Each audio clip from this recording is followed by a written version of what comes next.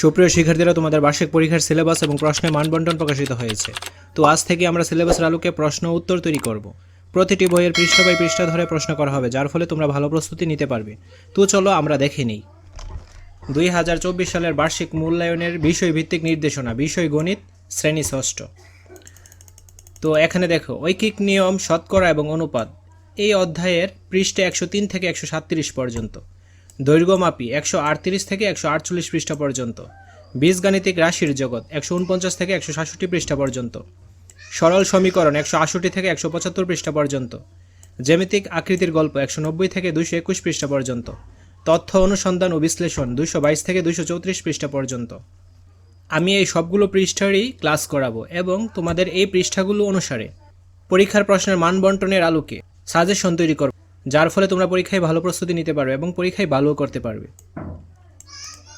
সবার কমপ্লিট প্রস্তুতি নিশ্চিত করতে 10 মিনিট স্কুল নতুন করে সাজিয়েছে অনলাইন ব্যাচ 2024। তোমাদের 6টি বিষয়ের সম্পূর্ণ প্রস্তুতি নিশ্চিত করবে বুয়েট, ঢাবি ও মেডিকেল থেকে পড়া টিচাররা। এই ক্লাস শেষ করে সেই ক্লাসের লেকচার শিট ও রেকর্ডেড ভিডিও দেখে প্র্যাকটিস করে ওই টপিকের সকল সমস্যা দূর হয়ে। মূল্যায়ন কাঠামো, শিক্ষণকালীন 30% এবং সামষ্টিক 70%। শিক্ষণকালীন মূল্যায়ন, প্রশ্নের ধারা ও মানবন্টন। তো শিক্ষণকালীন মূল্যায়নটা তোমাদের শ্রেণীতে হবে অ্যাসাইনমেন্ট বা ব্যবহারিক কাজ। এরকম অ্যাসাইনমেন্ট তোমাদের স্যাররা প্রোভাইড করবে। এর ভিত্তিতে তোমাদের নম্বরটা প্রদান করা হবে। তো এর জন্য থাকবে 10 নম্বর। তারপর অনুসন্ধানমূলক কাজ, স্কেলের সাহায্যে ষষ্ঠ শ্রেণীর গণিত বইয়ের দৈর্ঘ্য ও প্রস্থ মেপে বের করো এবং এদের মধ্যকার অনুপাত নির্ণয় করো। এরকম কাজগুলোর জন্য পাবে 10 নম্বর। তারপর শ্রেণীর কাজ, পাঠ্যপুস্তকে সন্নিবেশিত একক ও দলগত কাজ শখ পূরণ। তো এরকম নমুনা প্রশ্ন হতে পারে। প্রত্যেক শিক্ষার্থী কমপক্ষে 5টি করে এক চলক বিশিষ্ট সরল সমীকরণ লিখবে। শিক্ষার্থী লেখা সমীকরণগুলো কেন সরল সমীকরণ তার যৌক্তিক ব্যাখ্যা প্রদান করবে। তো 10 নম্বর বরাদ্দ থাকবে। এইগুলো মূলত শ্রেণীভিত্তিক কার্যক্রম, এর ভিত্তিতে নাম্বারটা প্রদান করা হবে। তো নাম্বার থাকবে মোট 30 নম্বর। এখন আমরা দেখব সবচেয়ে গুরুত্বপূর্ণ সামষ্টিক মূল্যায়ন, লিখিত অংশ। নৈর্ব্যক্তিক প্রশ্ন থাকবে 15টি, অর্থাৎ বহু নির্বাচনী প্রশ্ন। এক কথায় উত্তর থাকবে 10টি। নৈর্ব্যক্তিক প্রশ্নের, বহু নির্বাচনী প্রশ্নের ক্ষেত্রে 15টি, 1 করে 15 নম্বর।